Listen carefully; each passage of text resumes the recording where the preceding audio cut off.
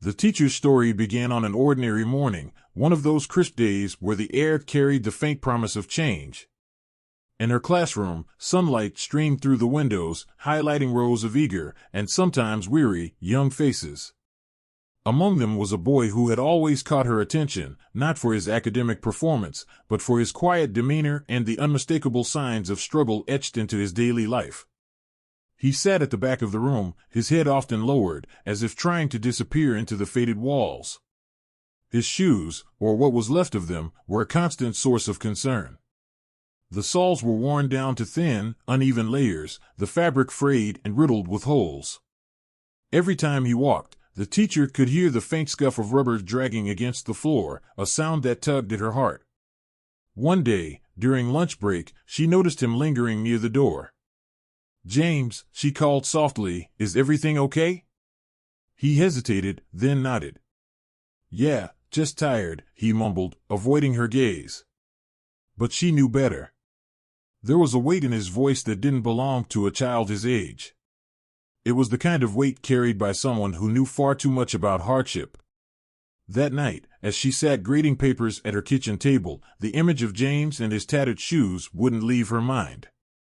She thought about how he shuffled his feet to avoid drawing attention, how his hands fidgeted nervously when he spoke, and how his smile, rare as it was, always seemed tinged with hesitation. She couldn't shake the thought, how can I help him? The next morning, she made a decision. On her way to school, she stopped by a local store and bought a pair of sneakers, nothing flashy, just sturdy, comfortable shoes that she knew would make all the difference. By lunchtime, she had her chance.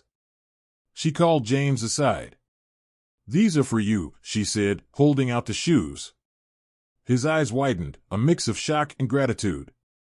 "For me," he whispered, as if he couldn't believe what he was hearing. "Yes," she replied with a smile.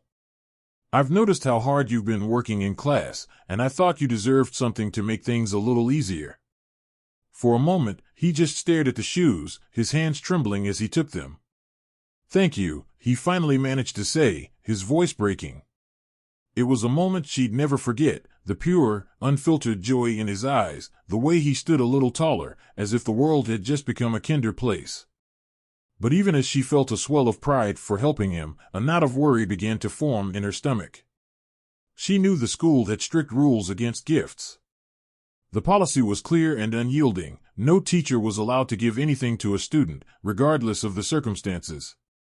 The rule was meant to maintain fairness, to prevent favoritism, but in this case, it felt like an obstacle to basic humanity. Still, she convinced herself it would be fine. No one needs to know, she thought. It's just a pair of shoes. What harm could it possibly do? But the walls of a school are filled with eyes and ears, and it wasn't long before whispers reached the principal's office. The principal, known for her unyielding adherence to policy, wasted no time. "Can I see you in my office?" she asked, her voice clipped and cold, as she intercepted the teacher in the hallway. As the teacher stepped into the office, her heart raced. She tried to steady her breathing, but the stern look on the principal's face offered no comfort. "I've been informed," the principal began, her tone icy, "that you gave a student a pair of shoes. Is that true?" The teacher hesitated, then nodded. "Yes. I did. But—" The principal held up a hand to silence her. "You know the rules. Our policies are in place for a reason. What you did was unacceptable." "But he needed them," the teacher pleaded. "He couldn't even walk properly in those old shoes. I couldn't just stand by and do nothing." The principal's expression hardened. "Compassion is admirable, but rules are rules. You've left me with no choice. You're terminated, effective immediately." The words hit like a physical blow. Terminated? For helping a child? The teacher felt a wave of disbelief wash over her. She had dedicated years of her life to this school, to her students. And now, because of a single act of kindness, it was all being ripped away. "You can't be serious," she said, her voice trembling. "I'm afraid I am," the principal replied, her tone devoid of sympathy. "Please collect your things by the end of the day." The rest of the day passed in a blur. As she packed up her classroom, tears threatened to spill, but she held them back. She couldn't let her students see her break. They deserved better than that. When the final bell rang, James approached her, his new shoes glowing brightly against the linoleum floor. "Thank you," he said again, his voice full of sincerity. She managed a smile, but her heart was heavy. "Take care of yourself, James," she said softly, ruffling his hair one last time. As she walked out of the school for the last time, a storm of emotions swirled within her: anger, sadness, and a deep sense of injustice. She had done what she believed was right, but the cost had been higher than she could have ever imagined. Little did she know, this was only the beginning of her story.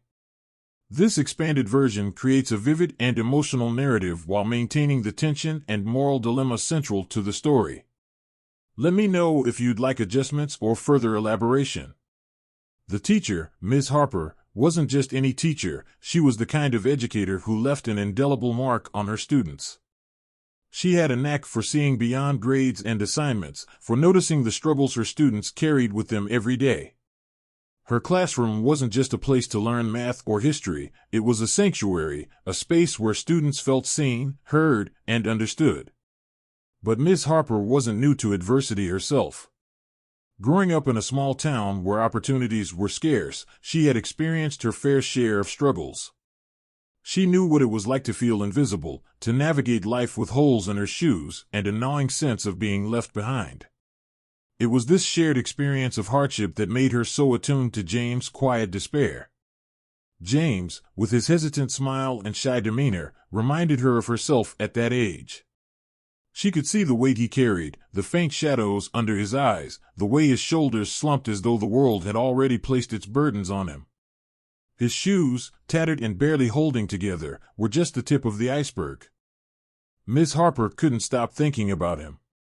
Why did he seem so withdrawn? Was it just poverty, or was there more to his story? She began to notice things: the way he lingered after class, as if reluctant to go home, how he avoided participating in group activities, his eyes darting nervously around the room as if afraid of being judged. One afternoon, after most of the students had left, she saw her chance to connect with him. "James," she called gently, her voice soft but firm. He hesitated in the doorway, 1 foot outside the classroom. "Yes, ma'am?" "Can I ask you something?" she said, motioning for him to come closer. "How are things at home?" James shifted uncomfortably, his hands stuffed into his pockets. "They're okay," he replied, though his voice lacked conviction. She tilted her head, steadying him. "You know, you can talk to me if you ever need to. No judgment, I promise." For a moment, it looked like he might say something, his lips parted slightly, his eyes darting to hers. But then he shook his head. "Thanks, Miss Harper," he mumbled before slipping out the door. That night, Miss Harper couldn't sleep. Her mind raced with thoughts of James and the countless other students like him who slipped through the cracks because no one took the time to care. She found herself staring at the ceiling, wondering, what would it take to make a real difference? The answer came to her the next morning. As she walked past a shoe store on her way to work, she stopped in her tracks. There, displayed in the window, was a pair of sturdy sneakers, nothing flashy, but reliable, the kind of shoes that could withstand miles of walking and running. Without a second thought, she stepped inside and purchased them. When she handed the shoes to James later that day, she expected gratitude, but what she received was something much deeper. His eyes filled with tears as he clutched the sneakers to his chest, his voice barely above a whisper. "No one's ever done something like this for me before," he said. The word struck her like a lightning bolt. How was it possible that such a small act of kindness could mean so much? And yet, even as her heart swelled with pride, a sliver of doubt crept in. Had she just crossed a line? Her answer came sooner than she expected. By the next morning, rumors were already swirling. Another teacher had seen the exchange and reported it to the principal. Miss Harper was called into the office immediately. The principal, Ms. Grayson, was known for her no-nonsense approach to discipline. She prided herself on upholding the school's policies to the letter, and today was no exception. "Miss Harper," she began, her tone cold and formal, "I've received reports that you gave a student a gift. Is that true?" Miss Harper took a deep breath, her heart pounding in her chest. "Yes," she admitted. "I gave James a pair of shoes. He needed them, his old ones were falling apart." Ms. Grayson's expression didn't waver. "You're aware of the school's policy, aren't you? No gifts of any kind to students." "But this wasn't just a gift," Ms. Harper protested. "It was a necessity. How could I sit by and do nothing when he clearly needed help?" The principal's lips pressed into a thin line. "Rules are in place for a reason," she said flatly. "If we allow exceptions, where do we draw the line? I'm sorry, but this is a serious breach of conduct." Ms. Harper felt the air leave her lungs. "Are you saying I'm in trouble for helping a student?" Ms. Grayson's eyes were like steel. "I'm saying this is grounds for termination." The word hung in the air, heavy and suffocating. Termination. Fired. For helping a child in need? It seemed unthinkable, absurd, but as she sat there, staring at the principal, she realized this was no bluff. "Please," she said, her voice trembling. "Can't we find another way? I only did what I thought was right." Ms. Grayson shook her head. "Right or wrong, the policy is clear. I have no choice." The rest of the day was a blur. As Ms. Harper packed up her belongings, she couldn't help but feel a deep sense of injustice. Had she really done something wrong? Or was the system so broken that kindness itself had become a punishable offense? And yet, as she walked out of the school for the last time, there was a part of her that refused to feel regret. Yes, she had lost her job. Yes, she had been humiliated. But she had made a difference in James' life, a difference he would carry with him for years to come. What Miss Harper didn't know was that her story was far from over. Somewhere out there, a stranger would hear about her act of kindness. And that stranger was about to change everything. This version expands on Miss Harper's emotional journey, adding depth to her thoughts, actions, and the unfolding tension. Let me know if you'd like further refinements. The world works in strange ways. Ms. Harper had resigned herself to the idea that her teaching career might be over, that her decision to help James would forever be a mark against her in a system that prioritized rules over humanity. But fate had other plans, plans that would change her life in ways she could never have imagined. The story of her dismissal had taken on a life of its own. What started as a quiet exchange between her and James exploded into a viral sensation. Someone, perhaps a student or a sympathetic colleague, had posted the story online.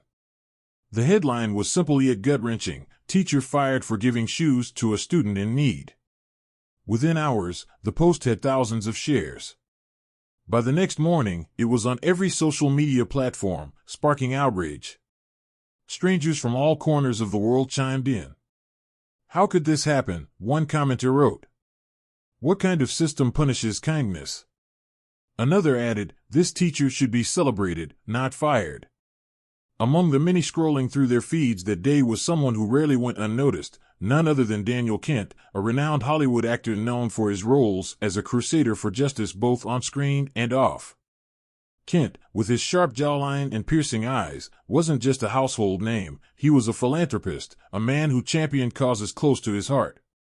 When he stumbled upon Miss Harper's story, he stopped mid-scroll, his coffee cup suspended in midair.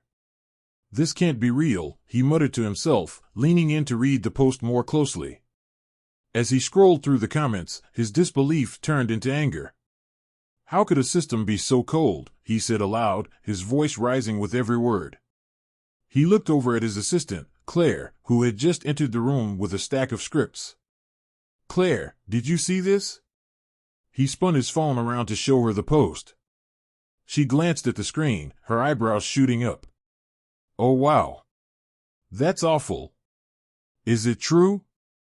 "I don't know," he replied, already typing furiously on his phone. "But I'm about to find out." What followed was a whirlwind of phone calls and emails. Within hours, Kent had reached out to journalists, school officials, and even Ms. Harper herself. When she picked up the phone that evening, she could barely believe the voice on the other end. "Hi, Ms. Harper. This is Daniel Kent." For a moment, there was silence. She blinked, certain she had misheard. "I'm sorry. Who did you say?" "Daniel Kent. The actor." Her heart skipped a beat. Why on earth would someone like Daniel Kent be calling her? I'm sorry, Mr. Kent. Is this a joke?"